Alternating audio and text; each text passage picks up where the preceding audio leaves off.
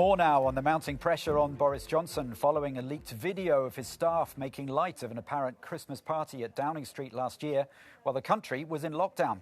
Well, let's go back to London to speak to Jonathan Liss, who's a political commentator. Thanks for joining us on the programme. We've had the resignation this afternoon of the former aide, Allegra Stratton, this after an extraordinary week. Do you think what's happened so far will...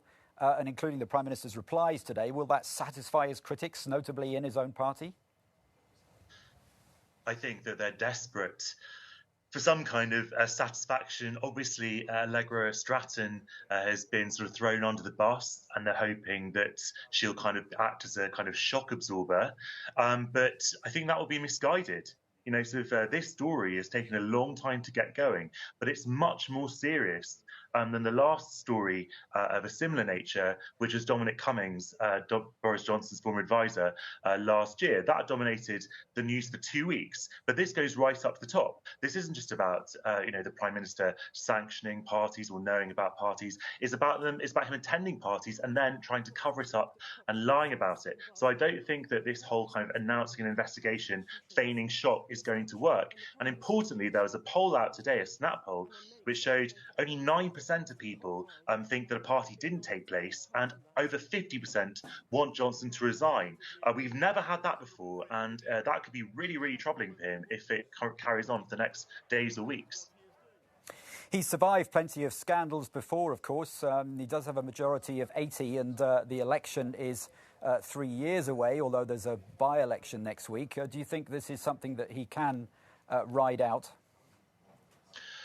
Well, the one thing that we know about Boris Johnson is you can never underestimate him. As you say, he's ridden out plenty of scandals before, and he's certainly lasted a number of things which would have felled other prime ministers through virtue of his total shamelessness. He simply doesn't get affected by things that will kind of touch other people. But this does feel different, because this is something that every single person in Britain is invested in. It's something that everyone has experience of, because we were all here last Christmas.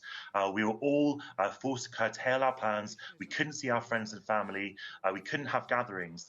And there's a visceral kind of anger, I think, when it seems so blatantly that it's one rule for us, one for them. That's the line that the Labour Party is pushing with, and it seems to be cutting through. This is a story that now everyone is talking about, and I think it's going to last for the next days and weeks. And it's really a case of how much Boris Johnson can throw other people under the bus, how much he can pass the blame to others.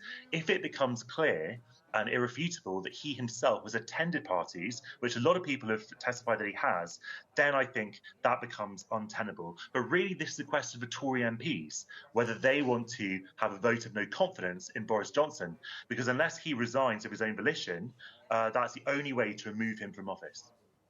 And just briefly, what about the pandemic? I mean, these events, of course, were last year, but the pandemic is very much still raging. Given all what's coming to light, how are the public going to respond to potentially more restrictions? Well, this is the fundamental point, isn't it? It's not just a matter of historical interest, this story. It's very current for the reason you identify. Boris Johnson is planning to introduce a new set of limited measures to combat Omicron, possibly today and certainly this week. And so the public is going to see this as a distraction, but also it's going to make the story worse for him in terms of the party.